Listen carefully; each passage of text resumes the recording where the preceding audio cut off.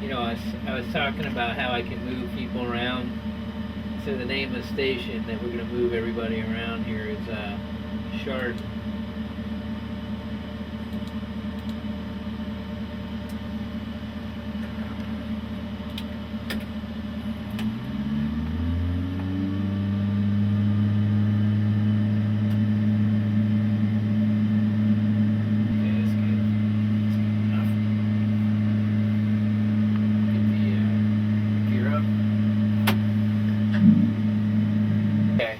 So what we're going to do is practice holding around this VOR, Chardon VOR, which is Charlie X-Ray Romeo, CXR.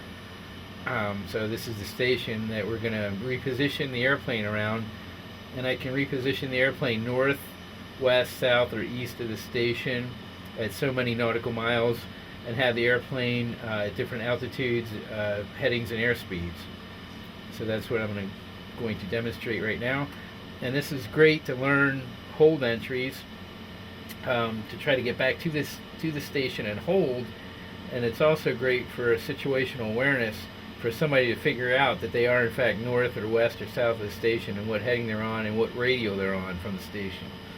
So the way we do that is we can go here and relocate. I can program in the altitude. So let's put Rick at 3,000 feet. I can say I want him at a cruise airspeed. Change the aircraft's heading around the full 360 degree spectrum here.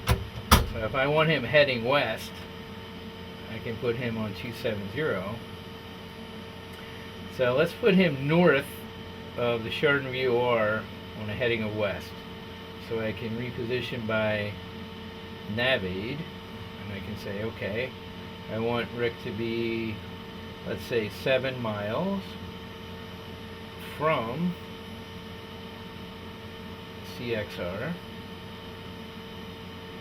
and I want his bearing to be 270.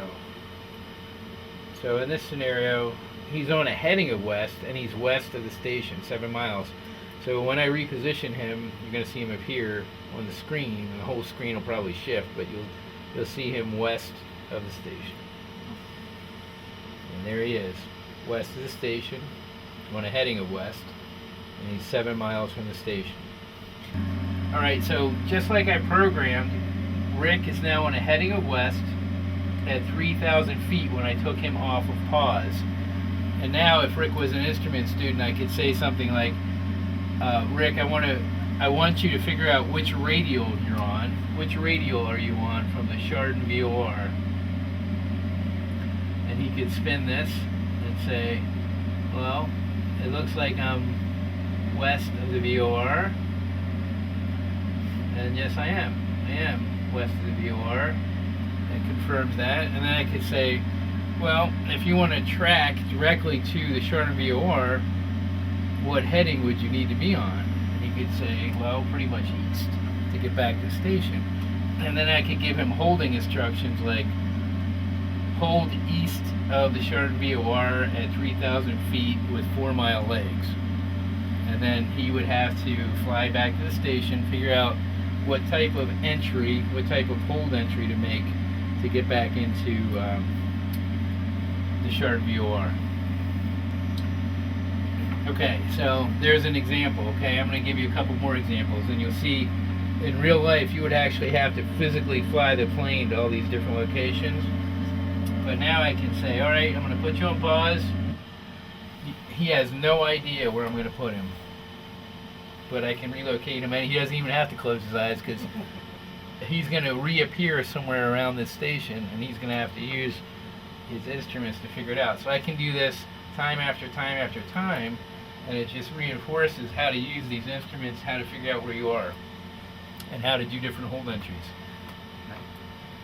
So let's do it again. Let's say, okay, for simplicity, we'll stay at 3,000 feet, we'll stay at a cruise airspeed, and now I'm just going to change his heading to something completely different. Let's put him heading off to the northeast, and I'm going to change his bearing to be, let's put him southeast of the station on a heading of northeast, and he's going to appear all the way over here, heading northeast.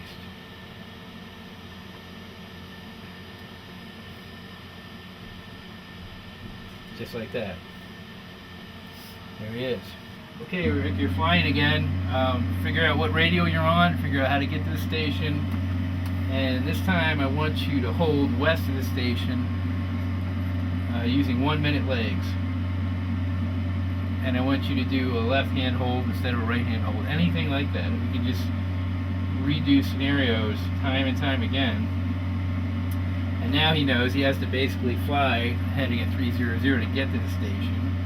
And then once he gets there, he's going to have to think, he's going to have to do the brain work as to what type of hold entry he has to do if he's going to hold west of the station with left hand turns. So that's the beauty of the sim. I can do that. You just saw me do it twice.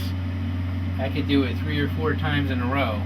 As soon as he figures it out and gets established as to what he needs to do, I can put him somewhere else and he has to rethink it every time. You can't do that in a real airplane.